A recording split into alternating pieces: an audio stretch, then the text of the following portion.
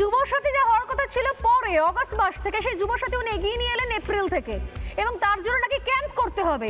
এত এত প্রকল্প চলছে, লক্ষ্মীর ভান্ডার চলছে, কেউ কিছু জানতে বুঝতে পারছেন নাকি ক্যাম্প করে জানতে হবে। আমার বক্তব্য, এই ক্যাম্প কি শুধুমাত্র যুবসাথীর ফর্ম ফিল আপ করার জন্য, নাকি এক দফা নির্বাচন হওয়ার আগে থেকে একটুখানি হোমওয়ার্ক করে নেওয়ার জন্য প্রত্যেক বিধানসভায় একটা করে স্পেশাল ক্যাম্প? কোনটা? দীপাঞ্জন চক্রবর্তী। এখন উনি যুব সাথী করবেন না জিহাদি সাথী করবেন সেটা তো ওনার ব্যাপার। একটা ব্যাপার আমি খুব পরিষ্কার করে বলতে চাই, যেটা তুমি বলছিলে, তুমি 2021-এ এবং 2024-এর লোকসভা নির্বাচন, এই দুটো তোমাদের আর্কাইভে আছে, যেখানে আমি বারবার খুব বিশ্লেষণ করে বলেছিলাম আমার অভিজ্ঞতার বেসিসে যে এই প্যারামিলিটারি ফোর্সকে বা সেন্ট্রাল ফোর্সকে বা অন্য স্টেট থেকে যে ফোর্স আসছে নির্বাচনের সময়, তাদের কিরকম ভাবে বিভ্রান্ত করা হয় এবং কি কি করলে তারা বিভ্রান্তির শিকার হবেন না। এবং দুঃখের সঙ্গে দেখেছি কোনোবারই নির্বাচন কমিশনার এই সমস্ত কথায় কর্ণপাত করেন না এবং তাদের মতো চালিয়েছেন। এবং যেটা সৈকত বলল যে এরা কখনো হাজারদুয়ারি দেখতে যাচ্ছে, কখনো পিকনিক করছে। না, একটা কথা খুব পরিষ্কার বলে দেওয়া ভালো স্বর্ণালী, তোমাদের এই চ্যানেল থেকে আমি বলছি, এতদিন কিন্তু নির্বাচনগুলো হতো ক্ষমতা দখলের জন্য, সেটা তৃণমূল লড়ত। কিন্তু এবারের যে নির্বাচনটা হবে সেটা কিন্তু জিহাদিদের স্বার্থ রক্ষার জন্য, এবং এই লড়াইটা কিন্তু ভয়ঙ্কর হবে। এবং এখানে যদি তুমি একটা কথা মনে রেখো, যে শিবাজির ছেলে সম্ভাজি যখন ধরা পড়েছিল অরঙ্গজেবের হাতে, একজন হিন্দু জ্ঞানজি শিখরে, সেই কিন্তু বিশ্বাসঘাতকতা করে ধরিয়ে দিয়েছিল। আজকে আমরা জিহাদি জসিমউদ্দিন রহমানিদের বলছি, কিন্তু এই কালীঘাটের আলী পিসির কথা আমরা সেরকম ভাবে মানুষ এখনো বুঝছে না।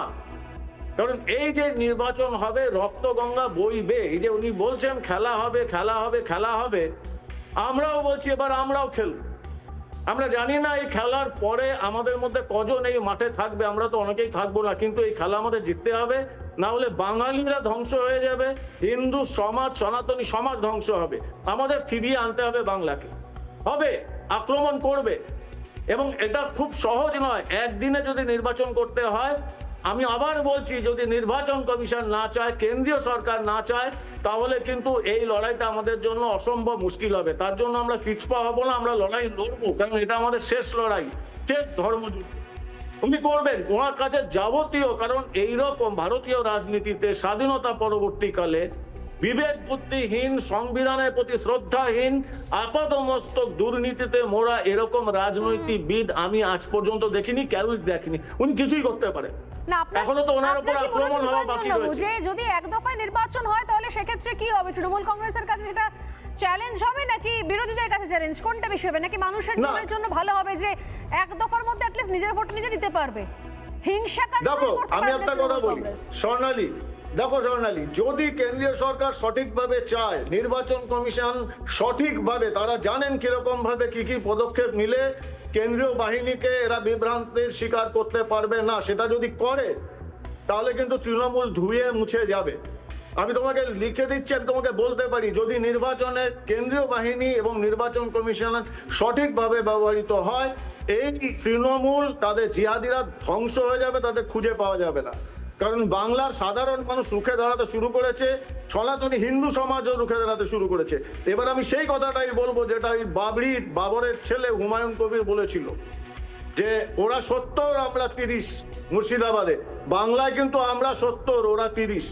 যদি এই রাস্তাতে চলতে হয় চলবে, কিন্তু সেটা কি রাজ্যের জন্য বা রাষ্ট্রের জন্য ভালো হবে? কারণ যেরকম ভাবে হবে, যেরকম ভাবে আগের নির্বাচনে 17 জন 18 জন মারা গেছে, এই বাংলায় এই মুখ্যমন্ত্রী আমলে পঞ্চায়েতে 56 জন মারা গেছে। সারা ভারতবর্ষ জুড়ে নির্বাচন আর কোথাও একজন মারা যায়নি। বিহারের মতো জায়গায়, যেখানে জঙ্গলরাজ বলতেন হাইকোর্টে, একটা লোক মরেনি। একটা কেউ চর খেয়েছে, থাপ্পড় খেয়েছে, তার কোনো অভিযোগ হয়নি। আর বাংলায় আমরা এখন থেকে খেলার জন্য প্রস্তুত। পিসিমণি, আলী পিসি যদি চায়, আমরা প্রস্তুত, এবং আমরা এবার দেখাবো যে সেই প্রস্তুতি কিরকম হয়। কিন্তু কেন্দ্রীয় সরকার এবং নির্বাচন কমিশনকে দায়িত্ব নিতে হবে। নানা ধরনের কন্টেন্ট দেখার জন্য লাইক করুন, শেয়ার করুন আমাদের ফেসবুক পেজ, সাবস্ক্রাইব করুন আমাদের ইউটিউব চ্যানেল। পাশাপাশি অন্যান্য ব্রেকিং নিউজের জন্য অবশ্যই চোখ রাখুন রিপাবলিক বাংলায়।